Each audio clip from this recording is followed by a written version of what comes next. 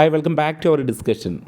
+1 political സയൻസിലെ രണ്ടാമത്തെ chapter ആയിട്ടുള്ള ഇന്ത്യൻ ഭരണഘടനയിലെ അവകാശങ്ങൾ, റൈറ്റ്സ് ഇൻ ഇന്ത്യൻ കോൺസ്റ്റിറ്റ്യൂഷൻ എന്ന പാഠത്തിലെ ഏറ്റവും ഷുവറായിട്ട് ചോദിക്കുന്ന ചോദ്യങ്ങൾ മാത്രം ഉൾപ്പെടുത്തിയിട്ടുള്ള വീഡിയോ ആണ്. 5 മിനിറ്റിൽ താഴെയുള്ള വീഡിയോ ക്ലാസ്സാണ്. സ്കിപ്പ് ചെയ്യാതെ കാണുക. എന്തായാലും നോക്കിയിട്ട് തന്നെ എക്സാമിന് പോവുക. ഓക്കെ, ഇതിൽ ചോദിക്കുന്ന ഒരു ചോദ്യമാണ് ഹേബിയസ് കോർപ്പസിനെ പറ്റിയാണ്.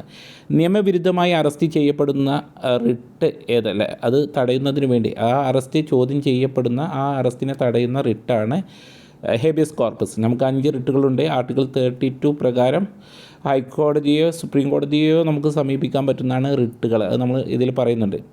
ഓക്കെ, പിന്നെ ഇതിൽ എപ്പോഴും റിപ്പീറ്റഡ് ആയിട്ടുള്ള ഒരു ക്വസ്റ്റ്യനാണ്.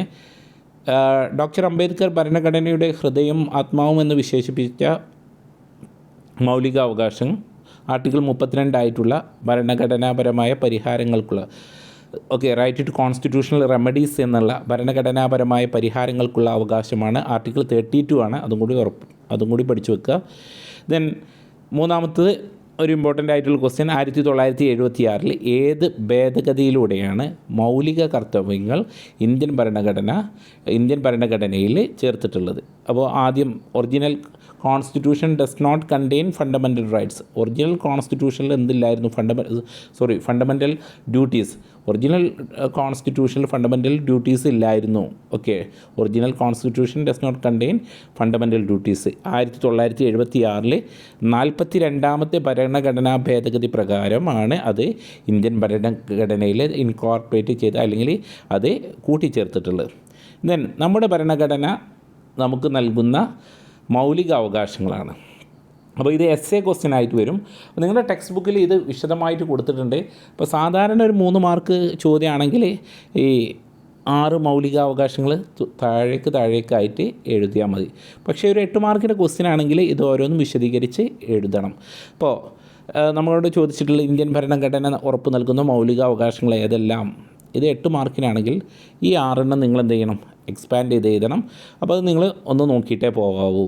ഈ 3 മാർക്കിനുള്ള ക്വസ്റ്റ്യൻ ആണെങ്കിൽ ഇതുപോലെ സമത്വത്തിനുള്ള അവകാശം, റൈറ്റ് ടു ഈക്വാളിറ്റി, സ്വാതന്ത്ര്യത്തിനുള്ള അവകാശം, റൈറ്റ് ടു ഫ്രീഡം, ദെൻ ചൂഷണത്തിനെതിരെയുള്ള അവകാശം, right against exploitation, then right to freedom of religion, മതസ്വാതന്ത്ര്യത്തിനുള്ള അവകാശം, ദെൻ സാംസ്കാരിക വിദ്യാഭ്യാസപരമായിട്ടുള്ള അവകാശം, cultural and education right, then ഭരണഘടനാ പരിഹാരങ്ങൾക്കുള്ള അവകാശം, റൈറ്റ് ടു കോൺസ്റ്റിറ്റ്യൂഷണൽ റെമഡീസ്. ഈ വകുപ്പുകൾ എത്ര ആക്ട് മുതൽ ആർട്ടിക്കിൾ എത്ര മുതൽ എത്ര വരെ എന്നുള്ളത് പഠിച്ചു വെക്കാം. റൈറ്റ് ടു ഈക്വാളിറ്റി, സമത്വത്തിനുള്ള അവകാശം ആർട്ടിക്കിൾ 14 മുതൽ 18 വരെയാണ്. ദെൻ 19 മുതൽ 22 വരെയാണ് സ്വാതന്ത്ര്യത്തിനുള്ള അവകാശം, റൈറ്റ് ടു ഫ്രീഡം. 23ഉം 24ഉമാണ് ചൂഷണത്തിനെതിരെയുള്ള അവകാശം, റൈറ്റ് അഗെയിൻസ്റ്റ് എക്സ്പ്ലോയിറ്റേഷൻ. മതസ്വാതന്ത്ര്യത്തിനുള്ള അവകാശം 25 മുതൽ ആർട്ടിക്കിൾ 25 മുതൽ 28 വരെയാണ്. ദെൻ സാംസ്കാരിക വിദ്യാഭ്യാസപരമായിട്ടുള്ള അവകാശം 29 മുതൽ 30 വരെയാണ്. 32ാമത്താണ് the head and soul of Indian constitution എന്നറിയപ്പെടുന്ന ഭരണഘടനാ പരിഹാരങ്ങൾക്കുള്ള അവകാശം. ഇനി ഇതിൽ ചോദിക്കുന്നതാണ് 6 മാർക്കിന് എന്തായാലും, അല്ലെങ്കിൽ 4 മാർക്കിന് 5 മാർക്കിനൊക്കെ ചോദിക്കുന്ന ഒരു ചോദ്യമാണ് റിട്ടുകൾ. എന്താണ് റിട്ടുകൾ?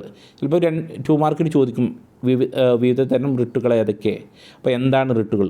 മൗലിക അവകാശങ്ങൾ ലംഘിക്കപ്പെട്ടാൽ അവ പുനഃസ്ഥാപിച്ച് കിട്ടുന്നതിന് വേണ്ടി സുപ്രീം കോടതിയെയോ ഹൈക്കോടതിയെയോ സൂചിപ്പിക്കുന്ന വകുപ്പുകളാണ് ആർട്ടിക്കിൾ 32. അതിനെ അറിയപ്പെടുന്ന ഉത്തരവുകളെ അറിയപ്പെടുന്ന പേരാണെന്ത്? റിട്ടുകൾ എന്ന് പറയപ്പെടുന്നത്.